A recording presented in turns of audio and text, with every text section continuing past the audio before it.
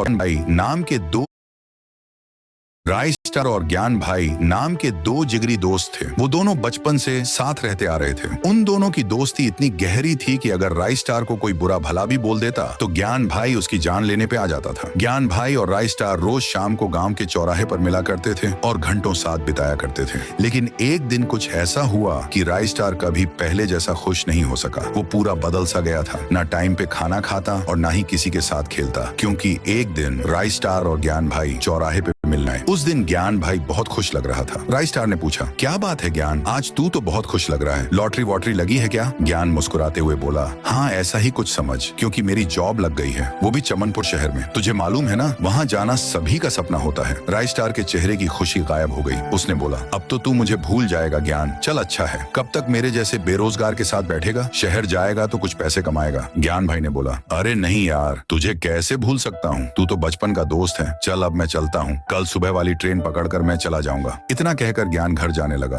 राइस्टार की आंखों में आंसू आ गए। वो अपने सबसे अच्छे दोस्त को अपने से दूर जाते हुए देख रहा था। ज्ञान भाई शहर चला गया। कुछ दिन बीत गए। राइस्टार और ज्ञान भाई शुरू में बहुत बातें करते थे, लेकिन जैसे जैसे समय बीतता गया वैसे वैसे बातें कम होने लगी। कभी कभी तो महीने में एक बार भी ज्ञान का कॉल नहीं आता था। राइस्टार को अब ऐसा लगने लगा था कि शायद वो अब अमीर बन चुका है और मेरे से बात करने के लिए ज्ञान के पास टाइम नहीं है। लेकिन राइस्टार को सच्चाई मालूम नहीं थी। राइस्टार अब भी रोज चौराहे पर ज्ञान भाई का इंतजार करता था कि शायद वो लौट कर आ जाए, लेकिन ज्ञान नहीं आया। सुबह के 7 बज रहे थे। राइस्टार अभी तक सोया था। तभी राइस्टार के फोन में एक कॉल आया। राइस्टार की नींद खुल गई। वो आंख मलते हुए उठा और फोन चेक किया। अचानक उसके दिल की धड़कन तेज हो गई, क्योंकि ज्ञान का कॉल आया था। राइस्टार जल्दी से कॉल उठाकर बोलता है, कैसा है मेरे भाई, 1 साल बाद तेरा कॉल आया है। सामने से बस छोटा सा जवाब आता है, तू जल्दी से चौराहे पर आ जा, मैं वहीं तेरा इंतजार कर रहा हूँ। राइस्टार का दिल जोर से धड़कने लगता है। राइस्टार बिना मुंह धोए दौड़ते दौड़ते गांव के चौराहे पर पहुंचा। वहां पर ज्ञान भाई उसका इंतजार कर रहा था। राइस्टार ने ज्ञान भाई को जोर से गले लगाया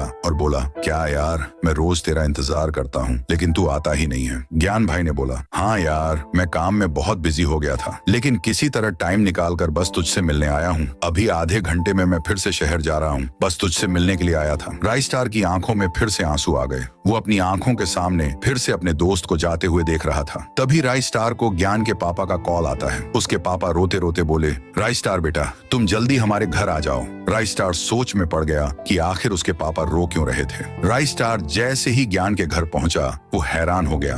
उसके घर के बाहर बहुत भीड़ लगी हुई थी। राइस्टार दौड़ के अंदर गया। तभी उसकी रूह कांप गई। उसके सामने ज्ञान की लाश पड़ी हुई थी। राइस्टार रोते रोते उसके पापा से बोला, ऐसा कैसे हो सकता है अंकल, ज्ञान अभी तो मुझसे मिलने आया था और उसने बोला था कि वो अब फिर से शहर कमाने जा रहा है। ज्ञान के पापा ने बोला, क्या बोल रहे हो बेटा, कल सुबह ही ज्ञान का एक्सीडेंट हो गया था और रात होते होते अस्पताल में उसकी मौत हो गई थी। अभी अभी उसकी लाश गांव में पहुंची है। इतना सुनते ही राइस्टार पूरी बात समझ गया था। कुछ देर पहले जिससे वो मिला था वो ज्ञान था ही नहीं, वो बस ज्ञान की दोस्ती थी, जो मरने के बाद भी राइस्टार से मिलने आई थी। उस दिन के बाद राइस्टार उदास रहने लगा और आज तक ठीक ना हो सका। आज भी वो उसी चौराहे पर बैठा करता है, लेकिन अब वो किसी का इंतजार नहीं करता है। अब वो किसी की याद में रोता है। उसे इतना तो समझ में आ गया था कि कुछ लोग चले तो जाते हैं, लेकिन उनकी यादें हमेशा उसके साथ रह जाती हैं, जो उसे बहुत तड़पाती हैं।